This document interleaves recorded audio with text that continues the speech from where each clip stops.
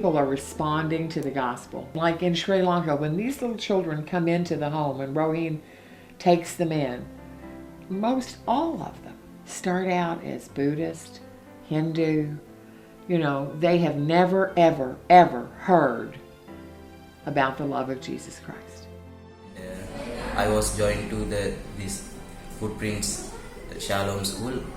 I was 9 years old, and I came from Hindu background, and very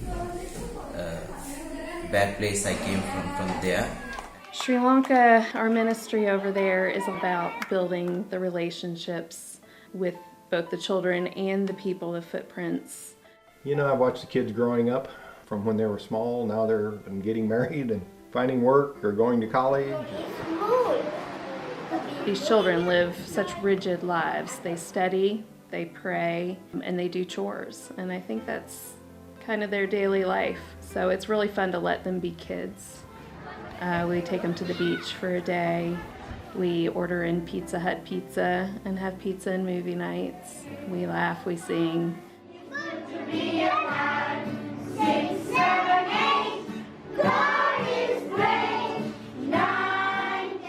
The unique thing with the Sri Lanka trip is the kids speak pretty good English, so we get to know them. I didn't come to the home knowing English, but since I came to the home, I was able to master the language, and now I am in charge of one of the projects of the Footprints organization by the grace of God. A lot of us have been the same people coming back to see them, and that's been kind of a special relationship that we've developed with those children. Some of them lost their parents in the tsunami. Some of them still have parents that are alive, but they were abandoned or couldn't be taken care of, or just a whole variety. We still consider them children in need, and they have to be in need to be taken into Roheen's ministry called Footprints. I think Kathy once said, if Jesus was a woman, it would be Roheen. She's absolutely right. The woman gets up at 4:30 in the morning and starts praying. She cries with them, she laughs with them. They took us to what they call the slums in Sri Lanka. One of the young men, Stanley, and we went in to see his mother. It was just a room with a plastic chair, a dirt floor, and we were told that at one point in their lives there were 14 people living in that room. How can 14 people even lay down on the floor to live in a room like that? It's a different world, and people that have never been outside the United States need to see what a third world country is. From the time I was a young child, I knew about life and the struggles of life, since my parents had to go through a lot to provide for us. And so I was very grateful to be in the home, to have a shelter above my head, and to be provided with food and clothing and all the things that I needed. And these kids are just full of joy. All they want is a hug and a smile. And also I remember how lovingly the matrons and all the other girls who were there look after me, and they all comforted me when I was crying, and they never left my side until I stopped crying.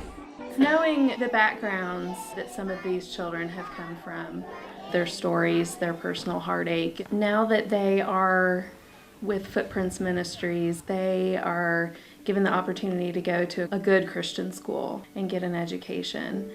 They are guaranteed food every day, and shelter, and nice clothing. They are a family. They take care of each other. They don't dwell on where they came from. I think they're very thankful for what they have and the opportunities that they've been given. As I came to the home, it was a big shock, because I was brought up as a non-Christian, and all of a sudden to be taught that God exists was too much to take in, and I felt like it was a fairy tale. So I was happy in the home, but I did not have the same beliefs as the others. There was a point where I questioned the both religions in my mind, questioning whether which religion was the truth. And even though I didn't believe at the time, I started talking to God, and God answered one of my prayers, and it really ignited my faith, and from there onwards there was no turning back. I discovered Jesus in this place, and this is the place where I discovered my hidden talents and abilities. This is the place where I got my education, And this is the place where I learn to count my blessings and I learn to be a blessing to others. Wherever we go, wherever I go, I am impatient to come back home because this is like my safe haven.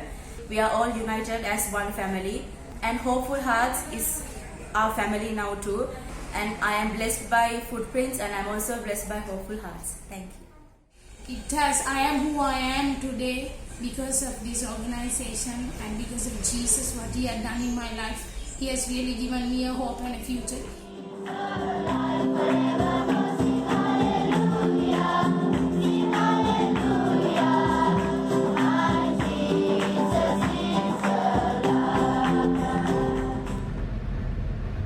And I will never forget my very, very first trip to Sri Lanka. Melissa Huff and I were standing in this bedroom in this boys' home. It was a rented house at that time. We had not, of course, built the new home. And in the rainy season, it was kind of in the edge of the slums. And in the rainy season, the water would run through it knee deep. And so 2/3 of the way up the wall, it was just black, like mold and goop. And we went in this bedroom, and there were old metal bunk beds with horrible mattresses, and just they were doing the best they could, but they didn't have a lot of funding back then, and it was very, very poor. And this boy, his name was Philip, I will never forget. He wanted to show us his room, and he took us in that bedroom. And Melissa and I, we'd never been there before, and we were standing there kind of like this. And he said, "Do you know what the best part of this room is?" And we said, "No, what is it?" And he said, "Right here in this room is where Auntie Roheen told me for the first time about Jesus." Today I am here because of Jesus and them. Thank you very much for this opportunity. I walk through the valley of